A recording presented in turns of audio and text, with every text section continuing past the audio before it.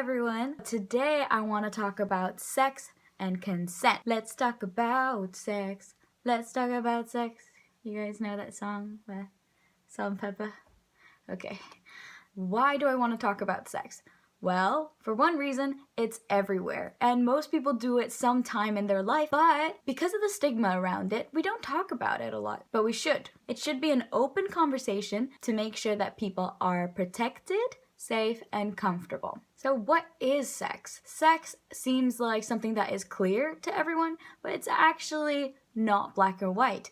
It can mean different things for different people. So sex is not just penis and vagina, or as some people call it, PIV. It depends on the individual of what people consider as sex. So what is consent? Consent is when both parties actively agree to sexual activity. I'm going to explain consent using Western University's idea of riding a bike. And I'm going to put the link of the video in the description so you can check that out if you want. Consent is like riding a bike. If I want to go on a bike ride with someone, I'm going to go to the person and ask them, hey, would you like to go on a bike ride with me?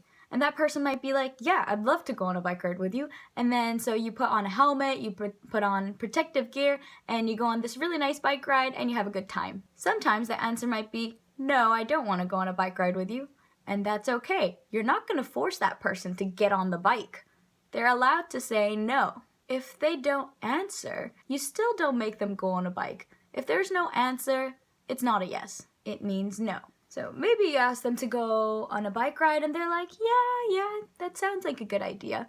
And then so you get ready, you put all your gear on, and suddenly that person says, oh, you know what, I changed my mind. I don't want to go on a bike ride with you anymore. And that's completely fine. Sure, it may be a little bit inconvenient because you put your time aside and you got your gear ready and everything, but they're still not obligated to go on a bike ride with you. Now, just because of the way that someone dresses, it doesn't mean that you can assume that this person wants to go on a bike ride. So just because a person is wearing a helmet, it doesn't mean they want to go on a bike ride. And you can't assume that they want to go on a bike ride with you. Maybe they just like to wear helmets. If you are in a relationship or if you're married, you still should ask that person whether they want to go on a bike ride with you. Because maybe sometimes they do and sometimes they don't. But it's important to be able to communicate that. If a person is intoxicated and you ask them, hey, do you want to go on a bike ride? And that person says, yeah, it doesn't mean that you should. Because a drunk yes is not necessarily a sober yes. You should just make sure that they are safe.